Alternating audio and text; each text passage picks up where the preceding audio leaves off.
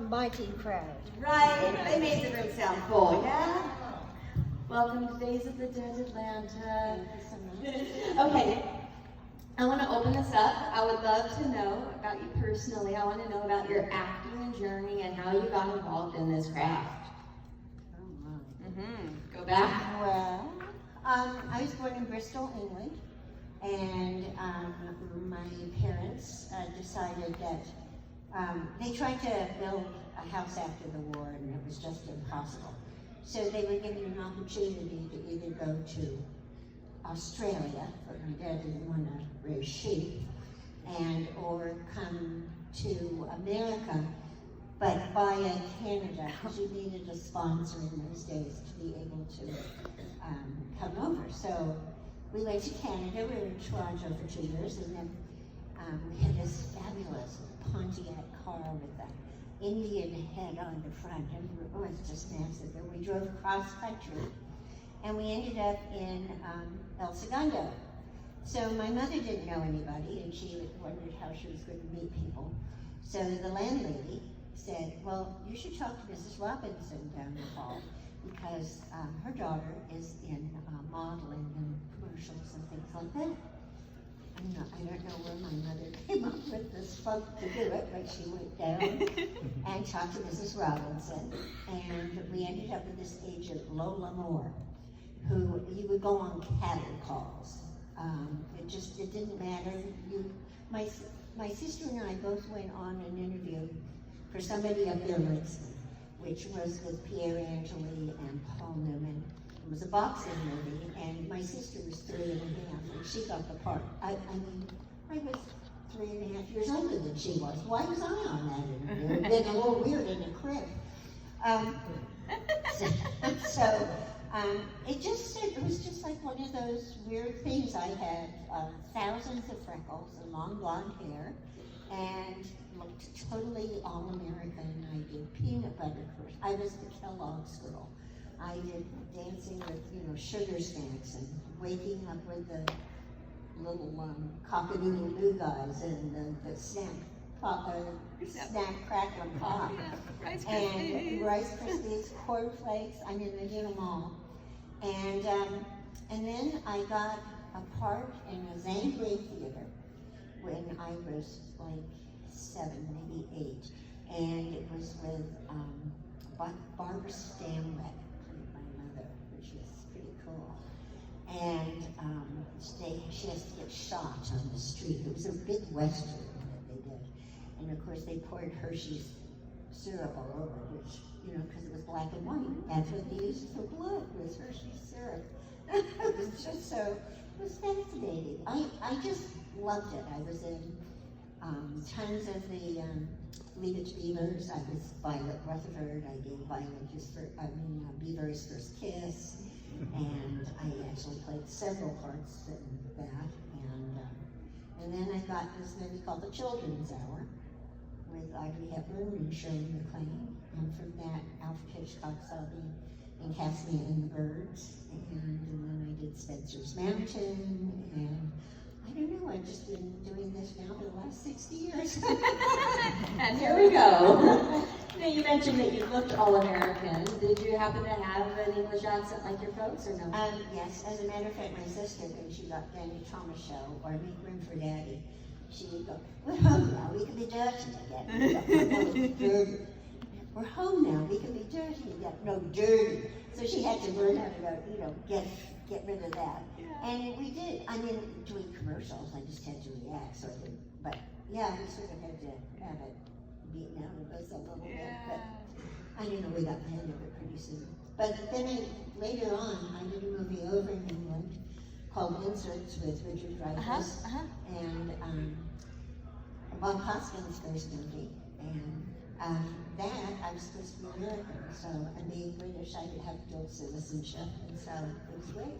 Yeah, my former colleague loves Inserts, has a huge poster, loaned me the DVD, so I watched it, and never heard it. Like, this is different. It's wonderful. It was X-rated at the time, which is totally stupid. Right. It's just because of the C word that they used. And so that's why it got X-rated, Wow. I guess. Now it's NC-17. But we got to go to the Paris Film Festival. I mean, it was really, they treated us pretty fantastic when it came out because we shot it on a shoestring. And we went all over. It was great. We won silver in Berlin, I think it was. So pretty cool. Wow. For a simple little movie, which was supposed to be an American house, and we just built it. All the people were contributed in props and everything. It's a wonderful movie if none of you have seen it before. So, I mean, your kids might not want to see it, but you're old enough. Right. Well, you and your work have been a part of my life since I was just a little baby, right? And we talked about it a little bit last night, so I'm going to nerd out a little bit. Everyone's here for Alien. I'm going in a different direction. I'm going to get weird. I want to know about Baywatch. Yes, I was in the pilot of Baywatch. My husband directed the pilot, Richard Compton.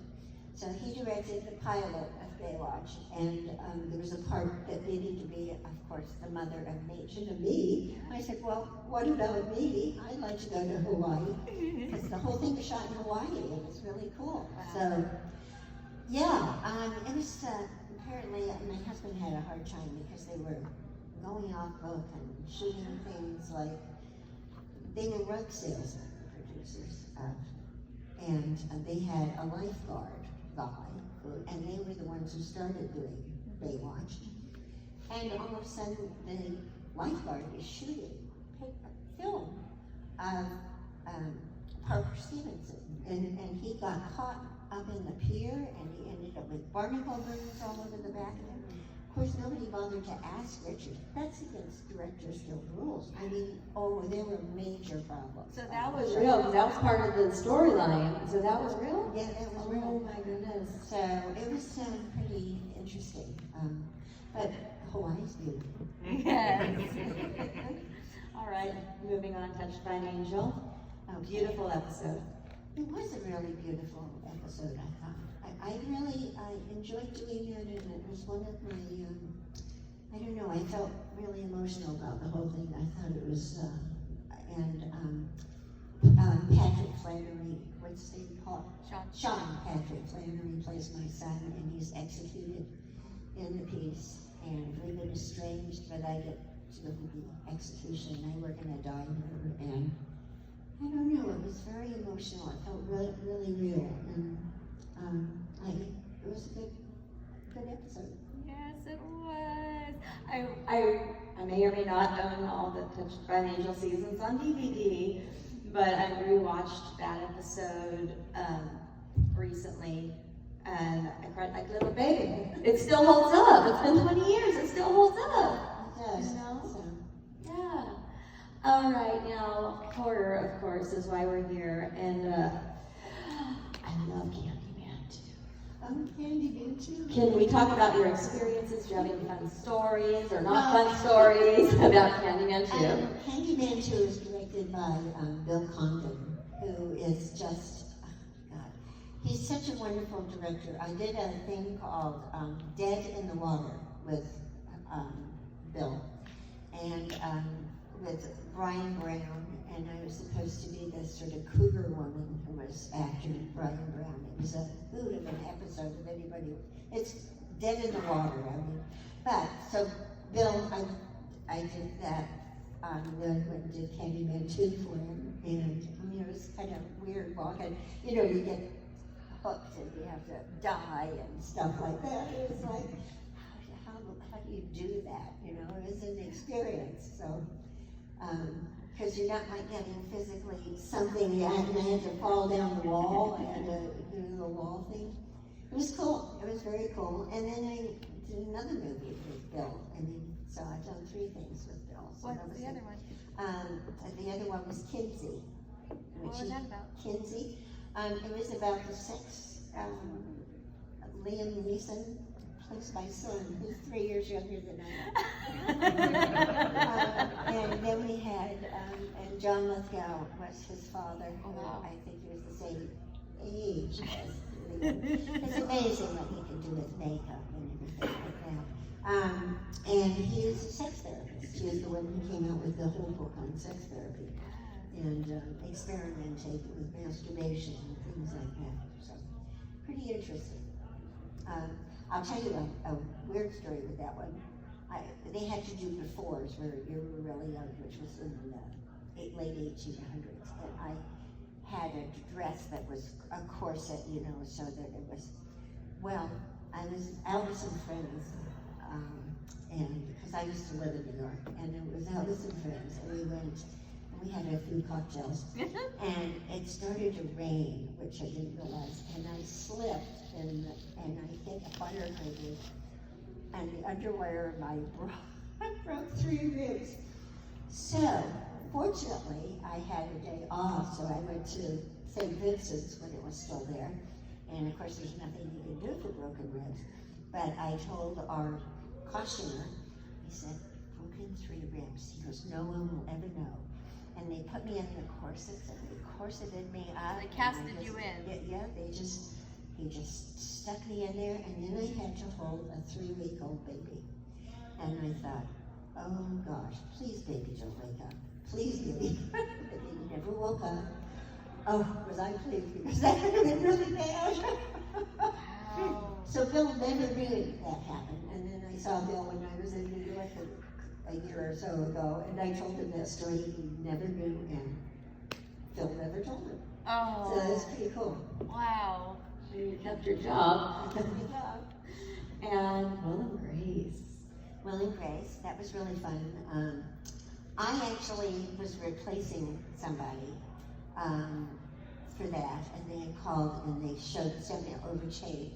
And when we shot, we had a rehearsal on the Monday, which the rehearsal was just a read-through of the script from 12 o'clock till maybe 1 o'clock. And everybody went home, and then they took my measurements and everything. The next day I went in, and they got me all dressed up, we blocked everything, and we shot that night. So on that Tuesday night, we shot that entire scene, the entire show. Wow. So I was really impressed with myself. You should be. Had you done a lot of sitcom work before that? I did a few things. I was on that, what was that, Leo, George and Leo, which was Judd Hirsch and Bob Newhart, who was just passed. And I was Jason Bateman's mother in that. And I hadn't done that much comedy, not on stage I had, not on TV, but I thought it was pretty fun. You are. You are. The show had great writing and amazing talent, amazing guest stars. Hello. And last but not least, Body Snatchers, man. Oh, Invasion of the Body Snatchers. Such a good. Phil Kaufman, absolutely fabulous. Oh. And then I did The Right Stuff with Phil, and also a movie called Twisted, which was very weird, but Was it twisted? it was very twisted. Invasion of the Body Snatchers, we shot it all up in San Francisco, and I was supposed to run these mud baths. Yes. And Jeff Goldblum was my husband. So this was before we even started shooting. They took us off to Dr. Brown's, which is a mud bath place up there. It's amazing how many people do these mud baths. I mean, there's all these people. I mean, they think it's great for their systems and everything. Well, they hose you down. You get naked and they hose you all down, like vigorously, and put you on a huge big, which looks like a big pizza pallet, which is this big wood pallet, and they kind of go like this and shove you into this huge bath of mud. And you're sort of, okay. And then she starts throwing it on you, and she says, move around, move around. And you're like putting it on yourself. Well, I don't know what was in there, but after all the weight is on you, you start farting. Because of the weight and the heat. Well, as you start moving around, there's these, I was assuming they were bowl of like hunks of lava, but you weren't quite sure. And it's this big brown mud and you're up to your neck in it. moving around in this stuff. It was hysterical. Then you get out of the thing and then they spray you down with another hose and then wrap you like a mummy in a thing. Well, when I came out, I mean, you're glowing. You're absolutely glowing. I come out and Jeff Goldblum comes out of the inside and the first thing he says is, I don't know how sanitary that was. I knew exactly what he was talking about. Oh my God, that was a trip and a half. So then we go and we start shooting the movie, and then when they did have the mud bath, they had a lot thinner. Yeah, mud. I It was wasn't gonna say. thick like that. But they sent me off. I got to do Swedish massage, so I was doing Swedish massage on all my friends. I went to Chris Lloyd. I did Swedish massage on him. And Jack Nicholson, and wrote him in. I wrote all these people and giving Swedish massage. I get down to the set, and here is this enormous man. I couldn't even get my hands over the top of myself. How was this to do Swedish massage on him? But it worked out okay. So they gave you real massage training? Yes, real massage training. Nice. Yes, I did. Yeah. So aside from the massage training, how did you prepare for that role emotionally, physically? Did you see the original? Oh yes, with big corn clubs. Yeah, that was a bit ridiculous. I mean, people walking around with big corn things with stuff hanging off of them. This I was did love interesting. the homage to the original though, with Kevin Oh, McCarthy yeah. running up the street in the beginning. That was a beautiful Yeah, touch. that was great. And then as you watch it, you can see somebody, a priest swinging on his swing. That was Robert Duvall. So all these people were coming in Little and running Easter very eggs. tiny. But she's the one who didn't believe that. Why are we always assuming that things come in metal ships? I mean, why do we assume that? I mean, they could be living amongst us, and I was the wise one. Again, here I go, alien too. Nobody believes me. And so it was really a wonderful part, and I did not expect the end. And Donald Sutherland, he just was a hoot and a half to work with. I was telling a couple of people, he insisted on having curly hair for this role. And so he said he had his hair set every day in pink permanent rods. So all of our rehearsals was done in pink permanent rods. It was just absurd. It was like, what are we doing here? And at lunch, of course, he took him out, and we were up in San Francisco, so it's damp. So he had to have it redone in the afternoon. So finally, about 3 weeks before the end of the movie, he finally got a perm. He didn't want to ruin his hair, and hence, twice a day they put permanent rods in your head. But it looked cool for the part. He liked it. He had this like curly. He was just wild. He was just such a treat. He took Brooke and myself, his women, out to the top of the mark and to buy a champagne. We were going to have champagne, and so he ordered a bottle of Cristal. And so then they come back and they said, "Oh, I'm sorry, sir, we don't have any Cristal." He goes, "All right, come, ladies. Thank you." Out we go. And we go off to another hotel to see if they had Cristal. It's the only champagne you can possibly drink. I said, "Oh, okay, it's really good. Expensive, but good." So yeah, he was just wild, and he's so gangly. He was so gangly and running downstairs. Everybody had their heart in their throat, thinking, "Oh my God, is he going to fall over or something?" Because he's just like a big, gangly giraffe. I mean, it was unbelievable. But he was very cool. Everybody was very cool on that movie. It was great. Any memories of Leonard Nimoy? Leonard, I didn't have that much with Leonard. I had 2 scenes with Leonard, but he was very nice, totally composed, and just he was very sweet. Okay, alien time. Leonard, ask you a question? No, I was just having a Oh, sip. you were having a sip. Oh, all right. I thought that was a quick. He's just eager alien time. Yeah. How did Alien come into your life? What was your audition like for that? Well, I auditioned actually in LA for the part of Ripley, and then I was going over to England And so I said to my agent, would you check and see if that part is gone? Because if it hasn't, I'd like to audition in England. So I did. I went in and I auditioned for Ridley in England, again, as Ridley. And then came back to the States, and then I found out that I got it. I assumed for the part of Ridley. Much to my surprise, I get over there, and I went with my boyfriend, who was Jack Nicholson's chef. They were doing Shining over there. And so his mother had an apartment there. So we go over and I'm staying there, and they get a call from the wardrobe department that said they want me to come in and do my wardrobe for Lambert. And I said, no, I'm Ridley. And they said, no, you're Lambert. I said, all right, let me find out about this. I called my agent. He said, no, you're Ridley. Then I called the producers and I said, I never even read this part from, the script from the part of that crybaby.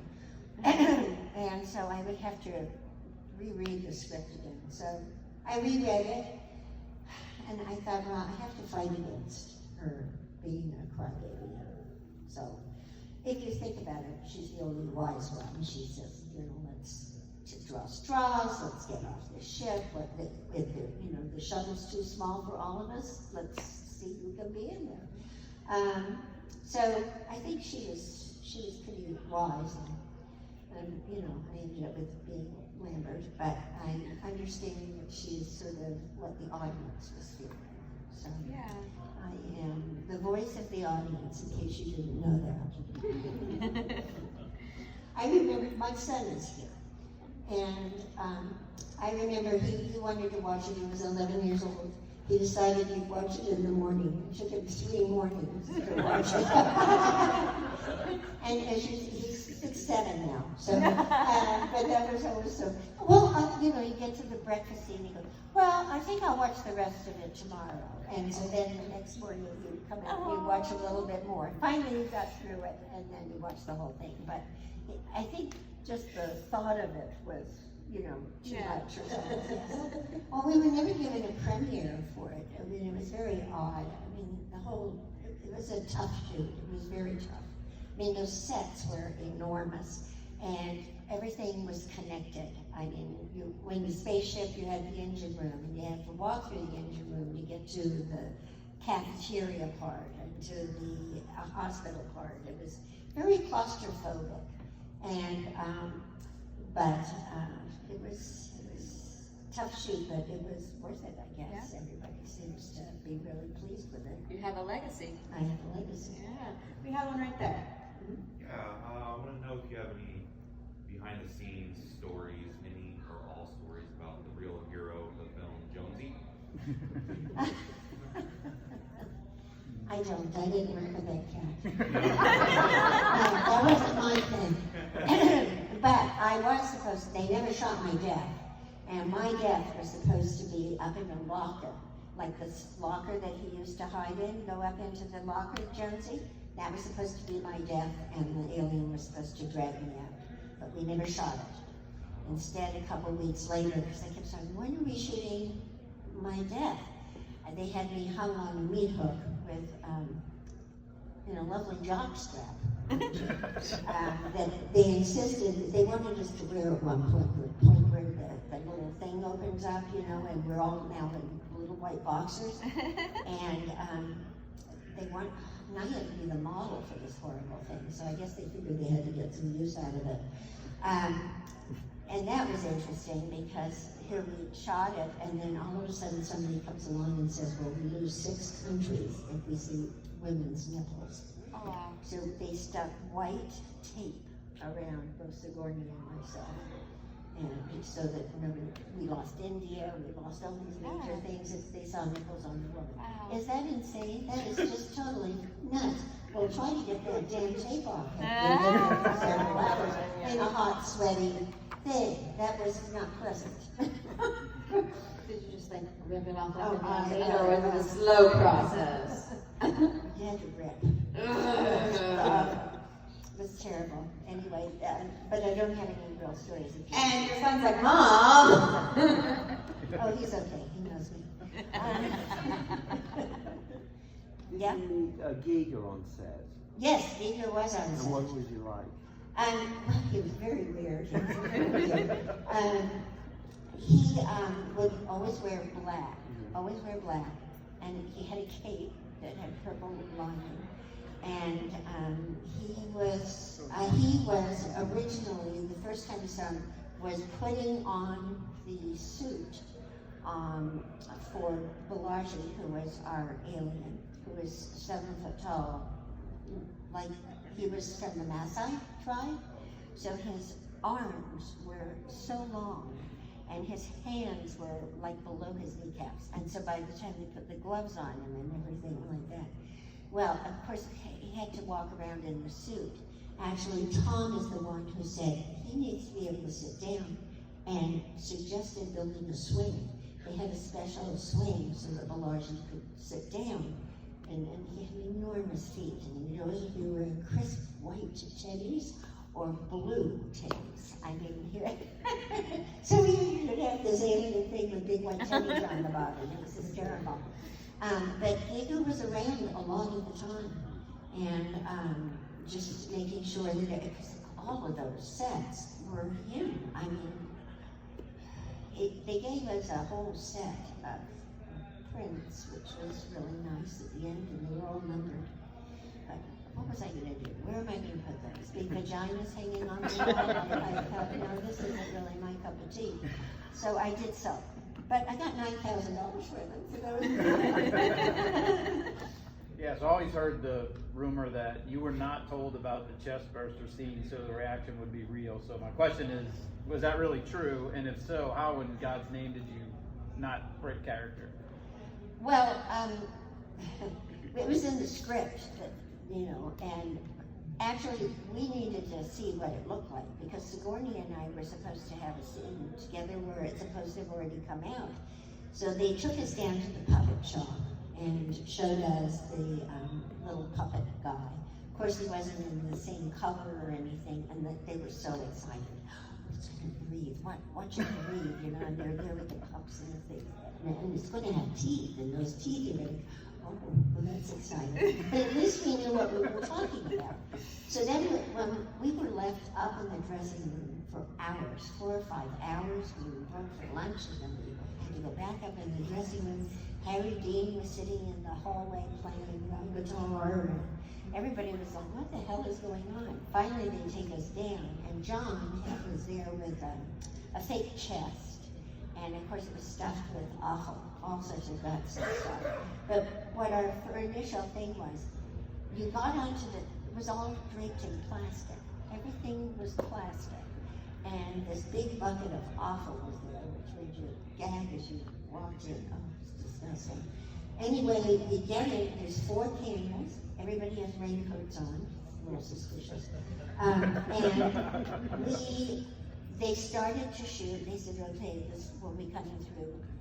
And of course, what the reactions were all one-off, they were. But what happened was they started to shoot, and then Ridley shouts, cut. And he comes in and he has them cut a little bit more on the t-shirt where the thing is supposed to come through. I mean, you got a guy on a skateboard and stuff underneath the table. It's just, anyway, you don't see any of that. All you see is, well, I became so fascinated because it would bump out. I went right into a blood jet, and it hit me square in the face. Hence, oh my God. And then I backed up. It looked like a Max Sennett movie. It was like da da da, and then I disappeared because my knees hit the banquette. I flipped over the back of the banquette. I had 2 cowboy boots sitting up, and I thought, oh my God, they're still shooting. I rolled over and ran back in. But we got to go see the Russians on that, and apparently it has now been on it. Some, when they do the outtakes and stuff, it's on the newest version of that alien release. It was so ridiculous. Bum, bum, bum. And then I disappeared. No, it was So, I mean, yes, I mean, you sort of knew that you were in the scene and that was not planned at all. Oh, and did anybody notice that when I do die, that it's not me? Anybody notice that? No. It's Harry Dean Stanton's legs, and he was wearing the blue suit and sneakers, and they washed out his blue pants, but he's still wearing sneakers. And that was him with the tail that went underneath. Wasn't me.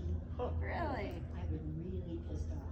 Yeah. I thought, because they said, how did that feel? I said, I don't know, ask Carrie Dean. I was beside myself. But, not that many people notice, but now you'll notice. Well, now I'm gonna watch just for that. Not me. Yeah. Okay, well, now that we're on the things coming out of the stomach, I'm gonna go ahead and shoot off to another movie, which is the Eastwick.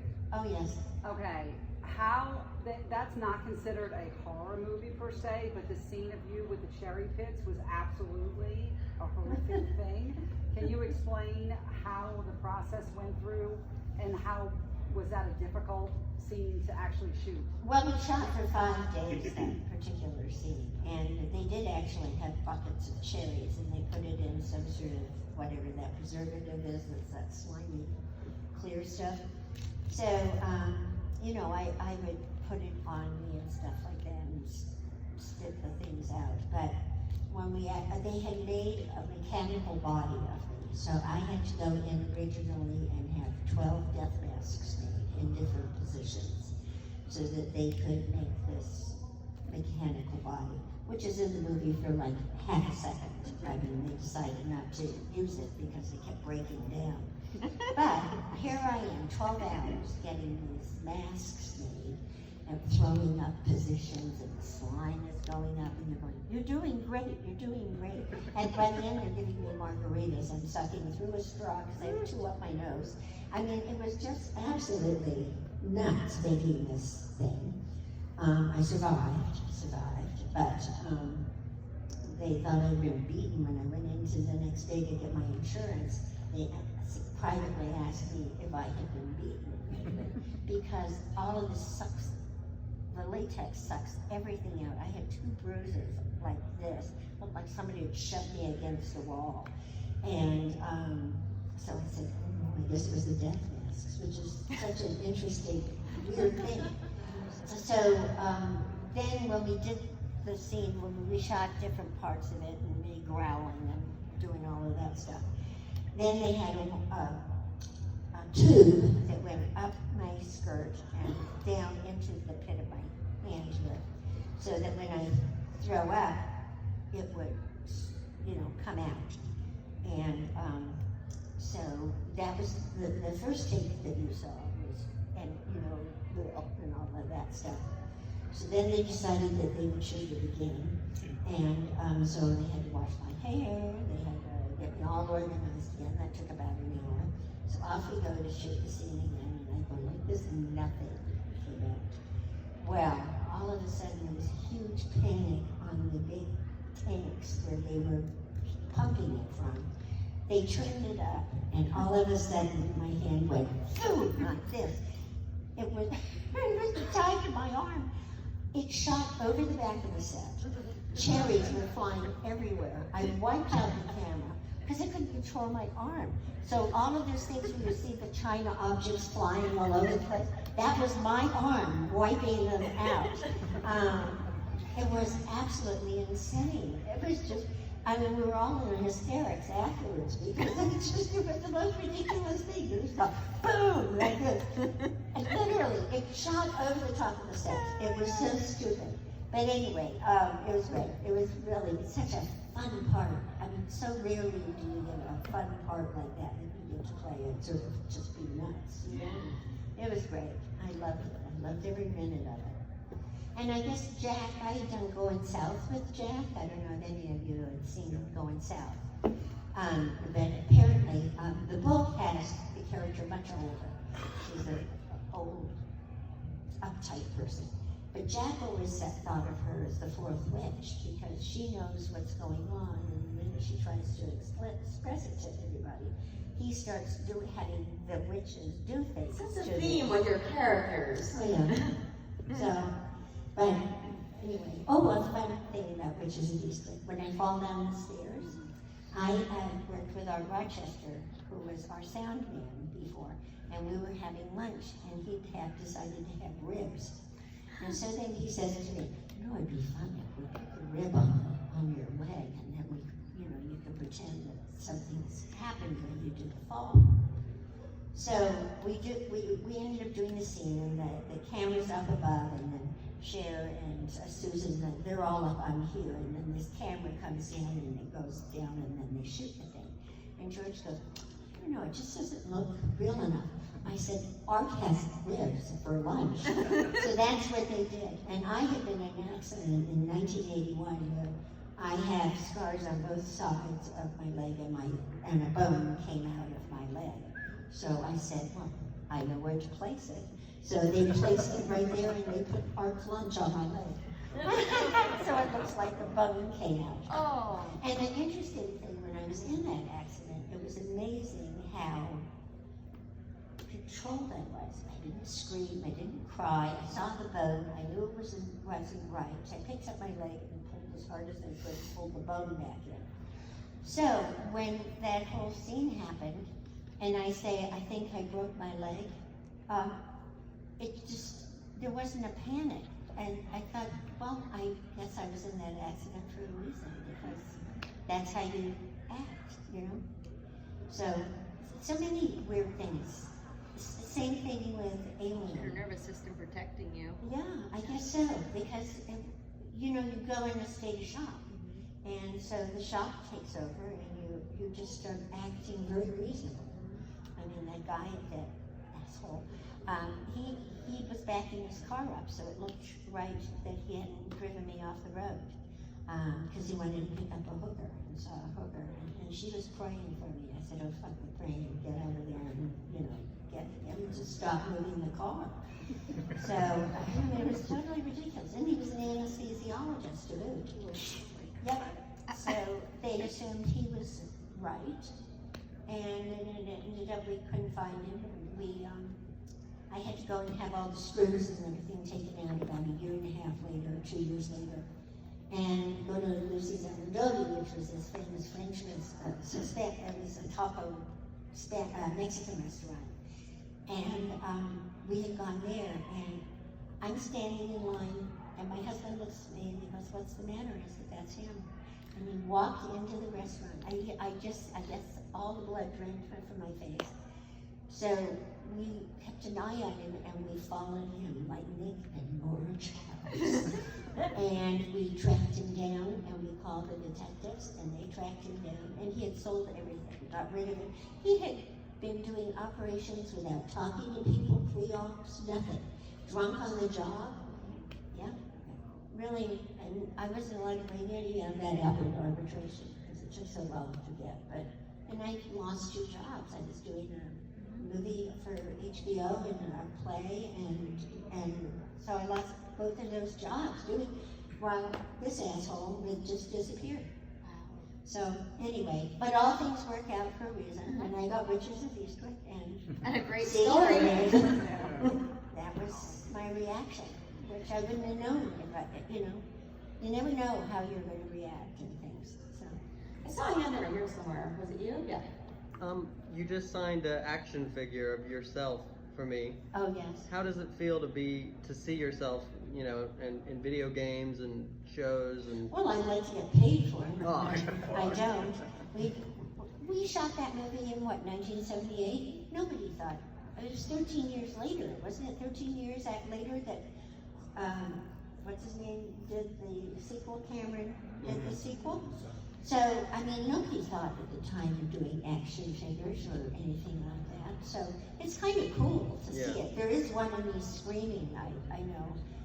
My son went to try and find it. They're all sold out. So. I don't have one. We'll find one for you. Just wondering if you have any fondest memories of working on Twilight Zone. Twilight Zone. Twilight Zone. Well, I actually got to see Rod Serling do his piece. He apparently did it every week. Really? He comes in, he sits on that stool, and it was kind of behind a curtain, and so I got to watch him do his little spiel for that particular episode. That was cool, because I used to watch it. But apparently he came in every week and did one. So that was cool. And smoking a cigarette.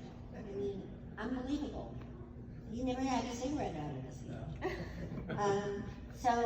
But it was a fun experience doing that. So. And there's one back there. I was gonna ask if you had any memories or of your experiences working with Audrey Hepburn. Yeah. Well, that movie, The Children's Hour, was very special. She was lovely. She had a little Yorkie Terrier, I remember, that she used to walk around with all the time. She was very, didn't talk much, just very sort of sweet and kind, and the one that got me though was Shirley MacLaine. So she was sort of my inspiration for even staying in the business and wanting to do it. It was interesting doing that part because, of course, I don't know if you've all seen it, but it's about lesbians.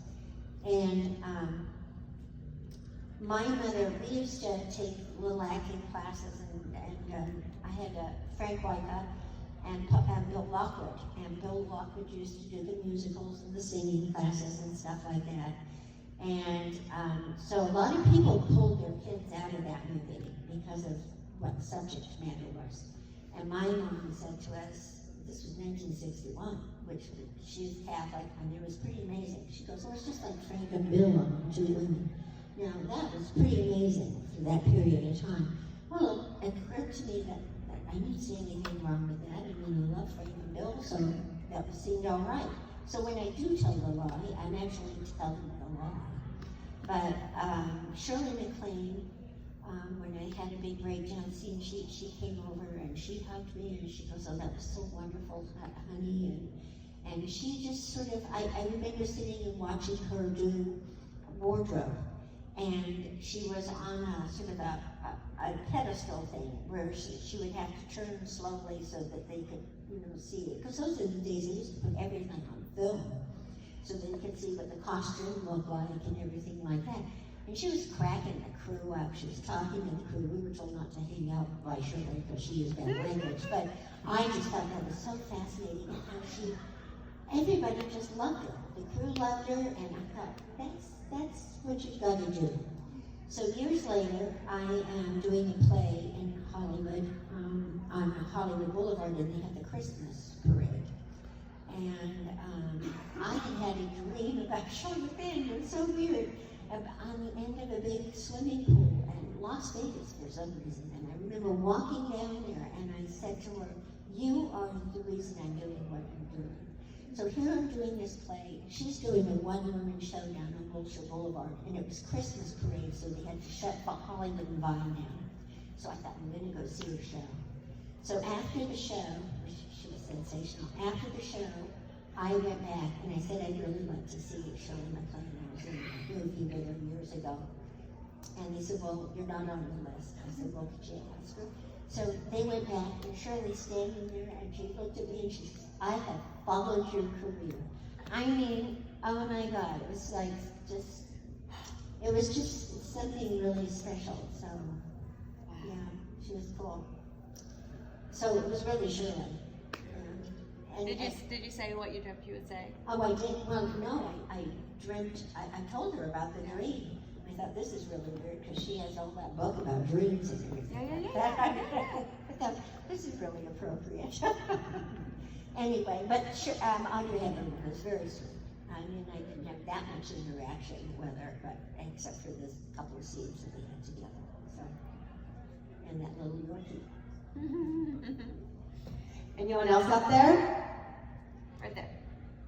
So, I know that in the movie Alien, you and Sigourney's characters had a bit of an animosity towards each other because she didn't want to let you onto the ship because Kane was infected, and you wanted to be let onto the ship. And I know there's a deleted scene like where you slapped her, and I also know that how you had mentioned that you were up for the role of Ripley, but she got it instead. Was there any real life animosity between the two of you? No, we shared the dressing room, actually. No, but what was interesting about that scene, which was cut out, it wasn't in the original, but it was in the director's cut. Every time I went to slap her, she would duck. So I would go like this, and then she'd duck. And Ridley comes over. This was like 3 or 4 times. I mean, it was just, he said, "You just didn't get her this time." Yeah. So I said, "Okay."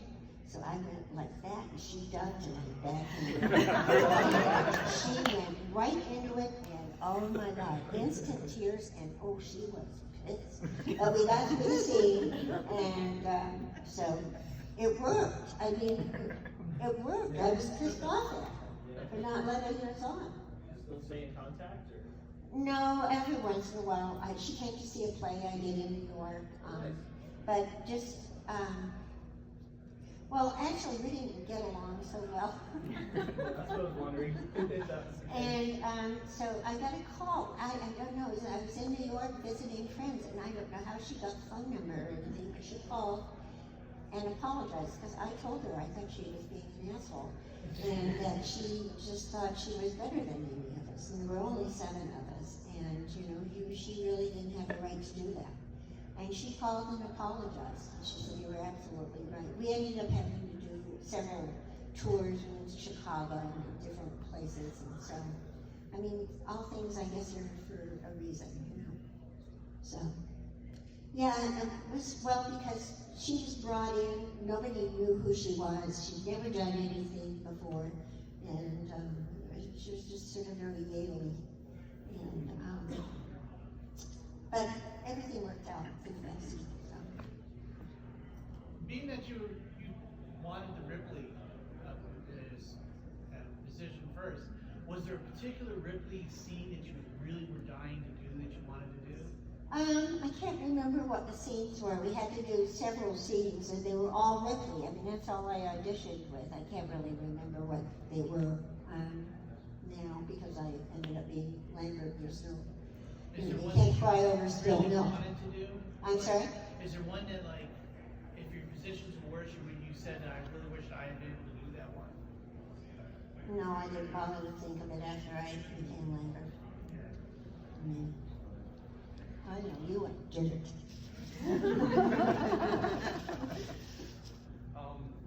How did you become involved with The Invasion with Nicole Kidman and Daniel Craig?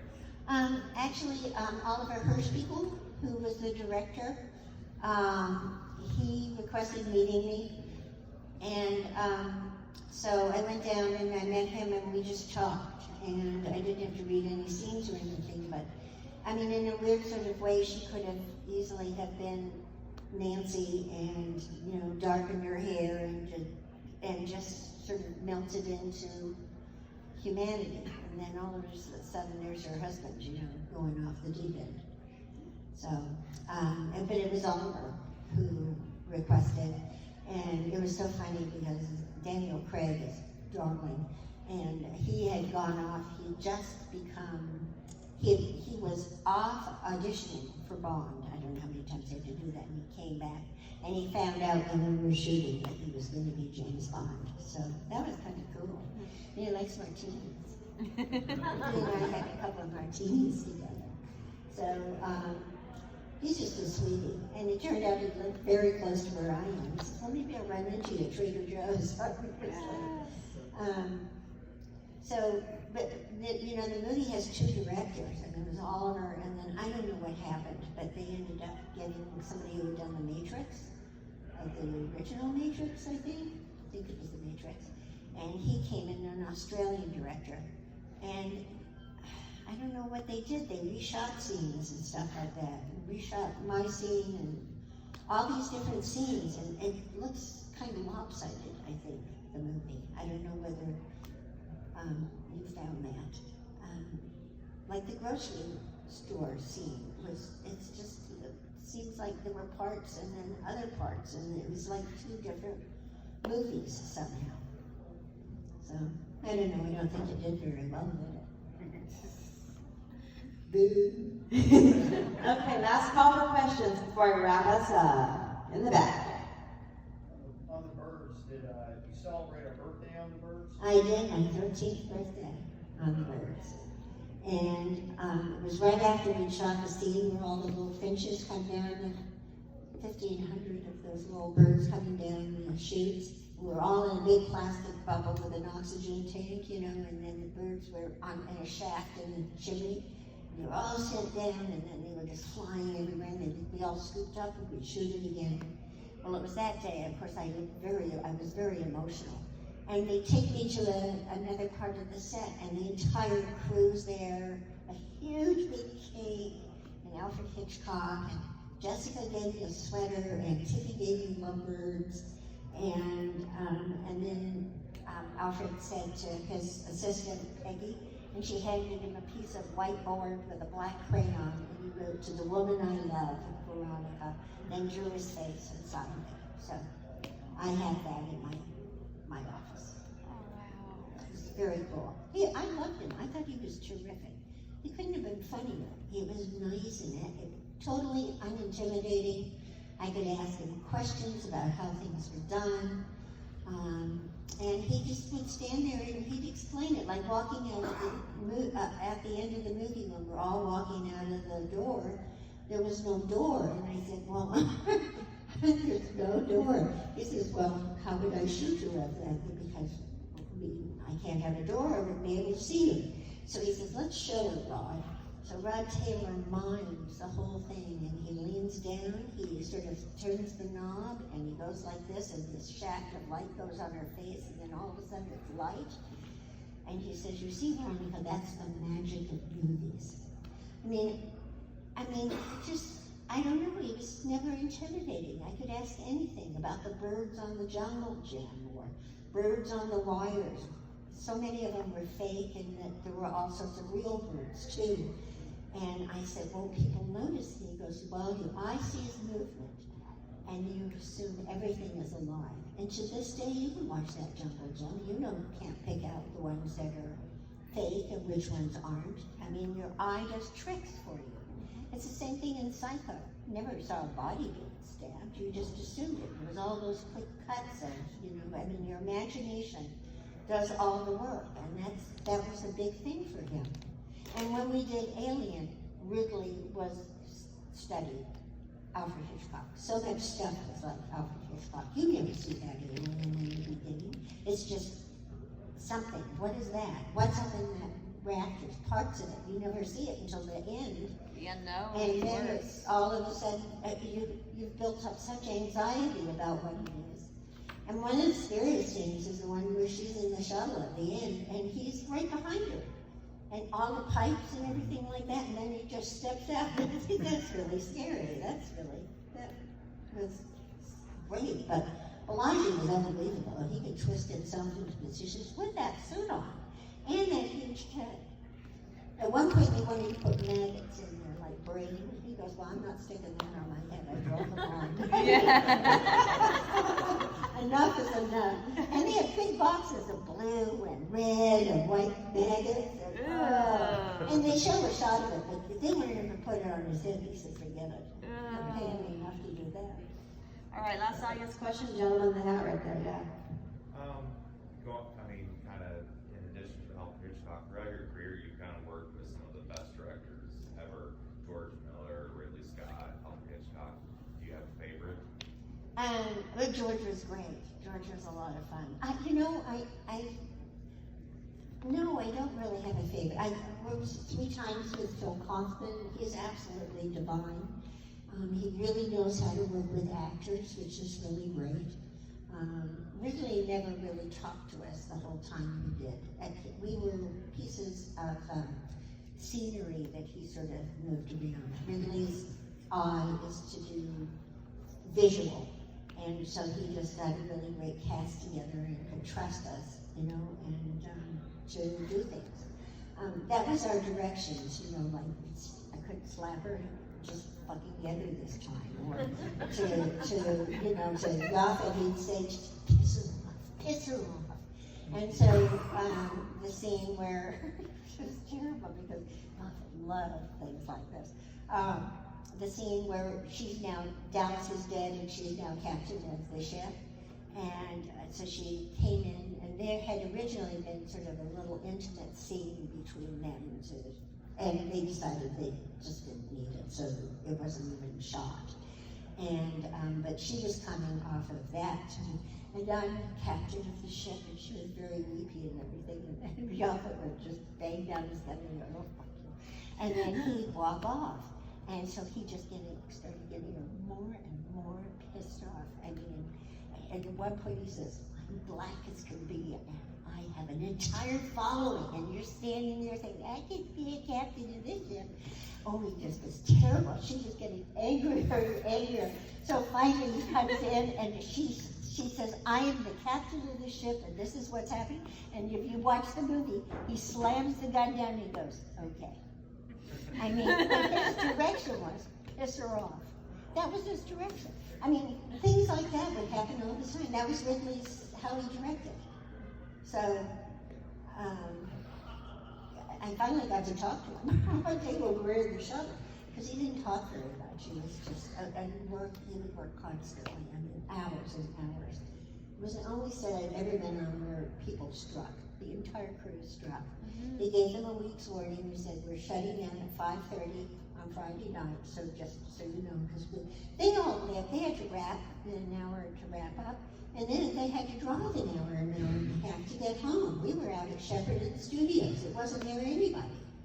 And so that night came along, and they waited until scene was finished. And then they said, okay, boys, and everybody just started wrapping up. And producers came flying down. What are you doing? What do you? They said, no, this is what we told you. We're taking our time.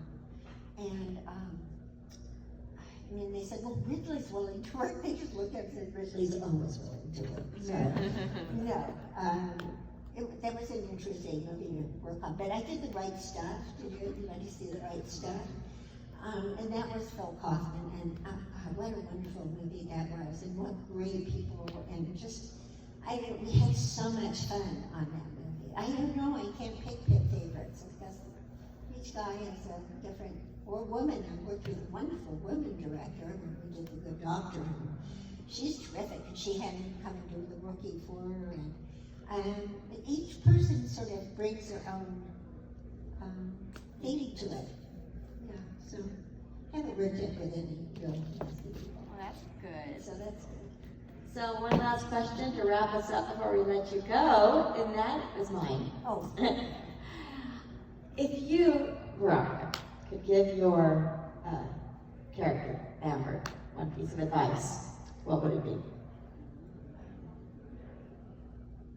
Well, I don't know. I think she was pretty in control of herself. I mean, she seemed weepy to me.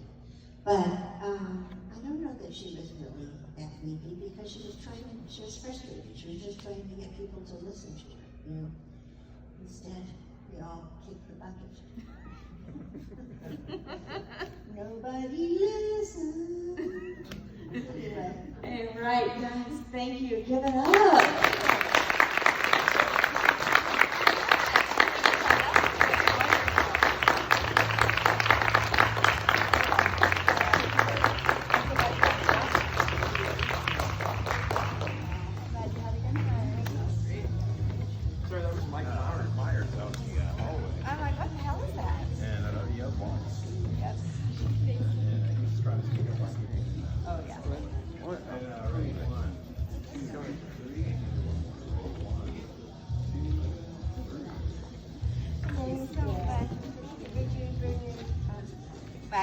I got it in my bag. I'm going to get to your table in a few minutes. Okay, very good. This is water?